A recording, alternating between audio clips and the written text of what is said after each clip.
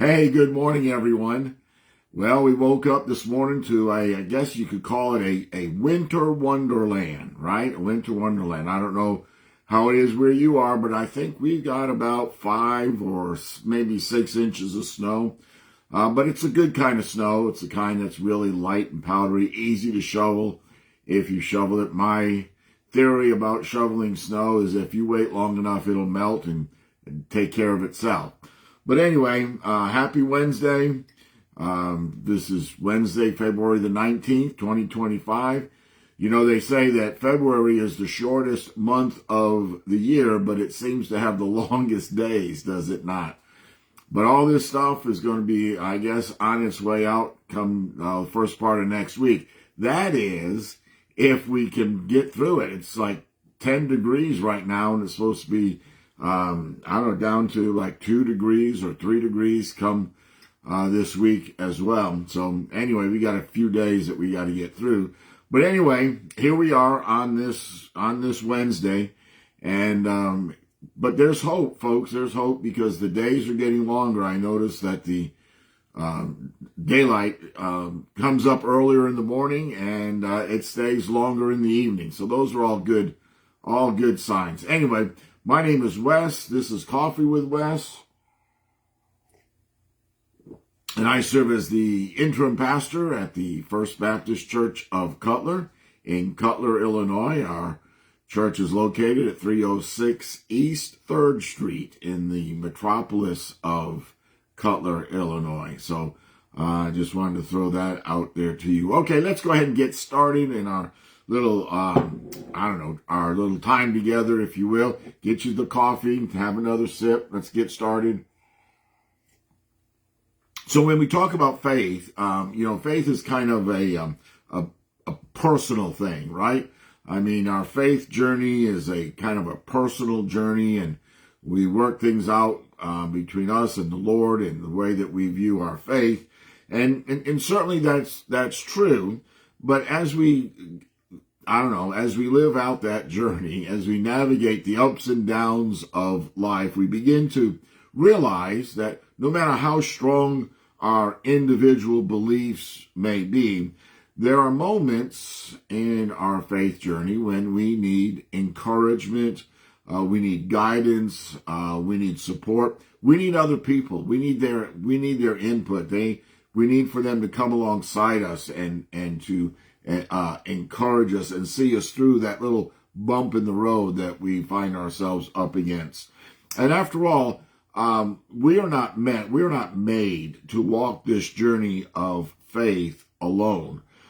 God calls us to actively encourage one another in the faith. I mean, that's what we're to do. We are to help each other grow in love and in good works. We have that responsibility. You know, with great privilege comes great responsibility.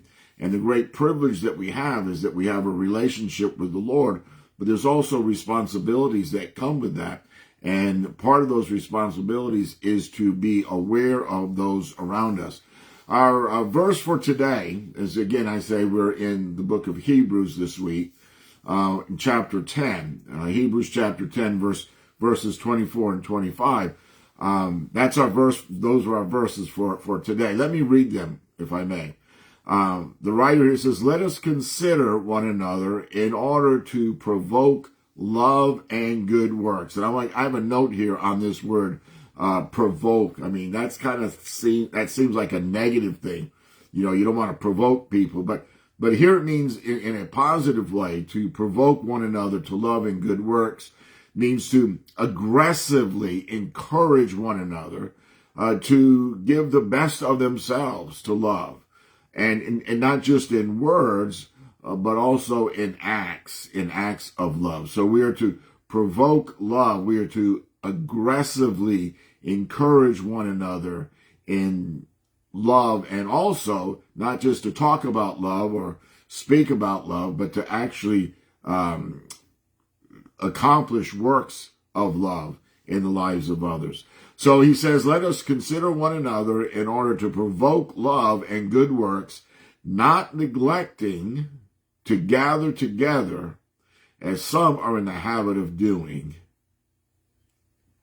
but encouraging each other, and all the more as you see the day approaching. That's a great verse, great two verses. You could take, speak about either one. But, verse 25, not neglecting to gather together as some are in the habit of doing.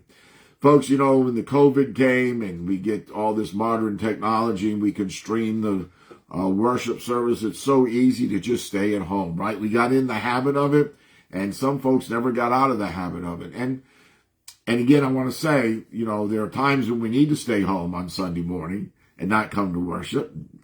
Some folks can't get out. They're homebound. Some folks are sick. Some, things happen. They just can't get away. And this is why that technology is so great and so good and so beneficial. So I'm not speaking against it at all. However, if we are able to be together in worship, folks, we ought to be. In fact, the scripture commands us to be. Now, these folks here, I don't know what their habit, why they got out of the habit. I'm thinking it had something to do with the fact that going to worship, they were facing persecution, and identifying with Jesus was kind of a difficult thing for them to do, because it meant that they were going to hear grief from all these people. So they just decided, hey, listen, we're just going to stay home. Or maybe they started the Christian life and they were looking to go back to the law of Judaism. I don't know what it was, but the command here is very pointed. Do not neglect gathering together as some are in the habit of doing. And then he goes on and he says, why? Why should we gather together? So that we can encourage one another with our presence. And it's needed even more as we see the day approaching, and the coming of the Lord, the day when we are unable to gather together. So here's the question. How can you encourage someone today? How can you do that? Maybe it's through a word of kindness. Maybe it's a prayer. Maybe it's just, showing up for them, being there for them. Maybe it's giving them a call today, and a call of encouragement. Be thinking about that. Let us encourage one another. That's our responsibility. All right, let me leave you with this one thought, okay? This one thought for today, something you can take with you. Do not neglect the importance of gathering together in worship, both to strengthen each other and to remind one another of God's truth. So don't neglect that importance of getting together so that we can strengthen one another in our faith and also remind one another of God's truth. Okay, folks, happy Wednesday. I hope you have a great day today. Get that snow off the sidewalk, out of the driveway, or just wait for, about 5 or 6 days and it'll all disappear on its own. Whatever, it's all up to you. Have a good Wednesday. Hope to see you again soon. Try to be here back tomorrow about this time. We're here Monday through Friday. See you later, folks.